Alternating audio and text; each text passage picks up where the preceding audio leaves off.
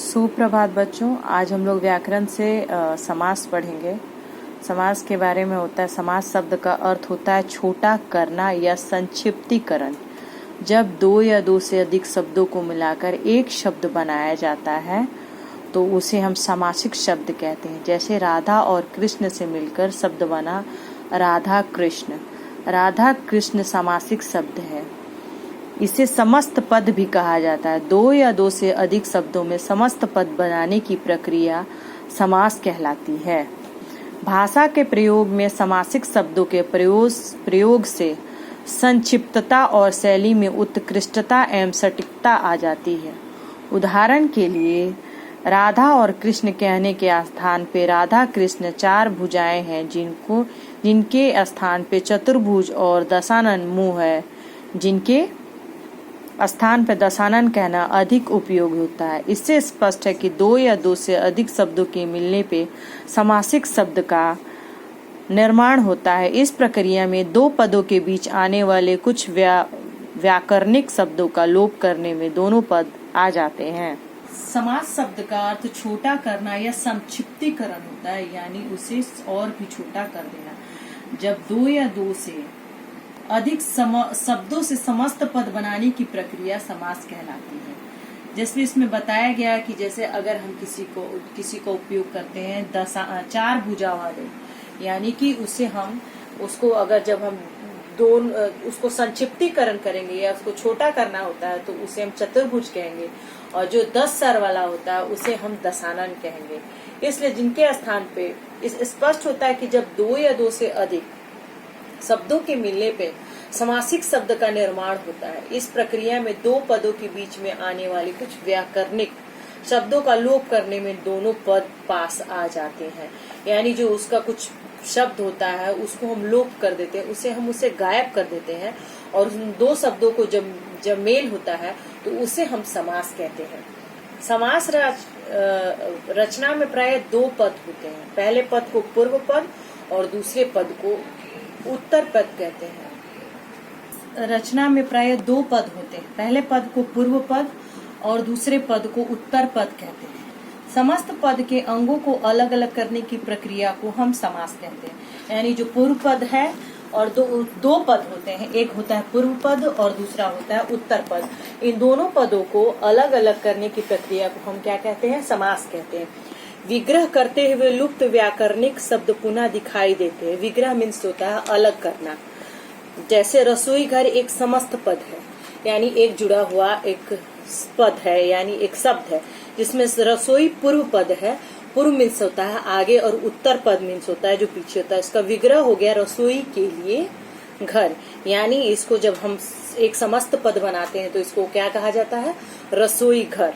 समस्त पद के यहाँ और समासिक पद के यहाँ कुछ उदाहरण दिए हुए हैं और उसका विग्रह किया गया है। जैसे घुड़सवार का घोड़े पर सवार, गुड्डा गुड़िया, गुड्डा और गुड़िया, चौराहा का चार रास्तों का समूह, हस्तलिखित हाथ से लिखा हुआ, और कमल नयन कमल के नयन। संधि और समास में अंतर।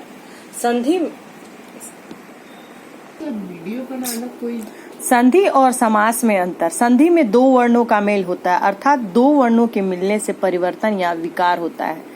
जैसे नर जोड़ इंद्र, अ जोड़ ई जोड़ ए, यानी नरेंद्र। उसके बाद पुस्तक जोड़ आलय, आ जोड़ पुस्तकालय।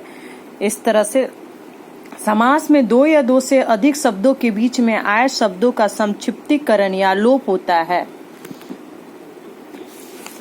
जैसे पुस्तक के लिए आलय पुस्तकालय समास है। संधि विच्छेद और समास विग्रह से यह अंतर स्पष्ट हो जाता है। पुस्तकालय जोड़ पुस्तक जोड़ आलय संधि विच्छेद हुआ, और पुस्तक जोड़ पुस्तकालय का अर्थ होता है पुस्तक का आलय, यानी यह समास विग्रह हुआ। यानी संधि विच्छेद अलग हुआ और समास विग्रह अलग हुआ। संधि विच्छेद जब दो शब्दों को हम तोड़ते हैं तो उसे हम संधि विच्छेद कहते हैं, और पुस्तकालय का मतलब होता है उसे हम समास विग्रह, पुस्तक का आलय पुस्तकालय, इसको हम समास विग्रह कहते हैं। संधि और समास ये दो पद बताए गए हैं। संधि किसे कहते हैं? संधि वर्णों का विकार है और समास शब्दों का विकार है। संधि का विच्छेद होता है और समास का विग्रह होता है।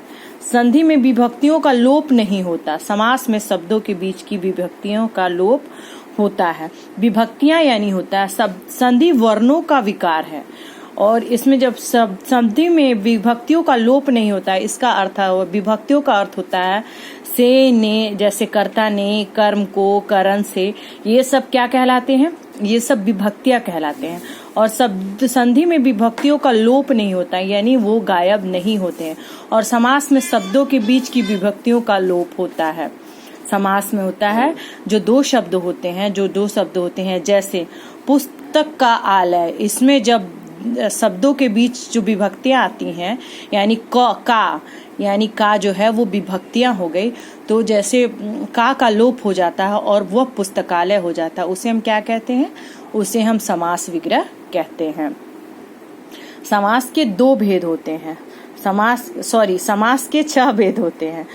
द्वंद्व समास, बहुब्रीहि समास, अव्ययी समास, तत्पुरुष समास, कर्मधारय समास और द्विगु समास। ये 6 प्रकार के समास होते हैं। पदों की प्रधानता के आधार पर समास के 4 भेद किए जाते हैं। द्विगु और कर्मधारय समास तत्पुरुष के अंतर्गत आ जाते हैं। दोनों पद प्रधान द्वंद्व, दोनों पद प्रधान बहुब्रीहि, उत्तर पद प्रधान तत्पुरुष समास, द्विगु कर्मधारय समास। द्वंद्व समास क्या कहता है? जिस समास में दोनों पद प्रधान होते हैं तथा विग्रह करने पर और अथवा तथा या एवं लगाते हैं, वह द्वंद्व समास कहलाता है।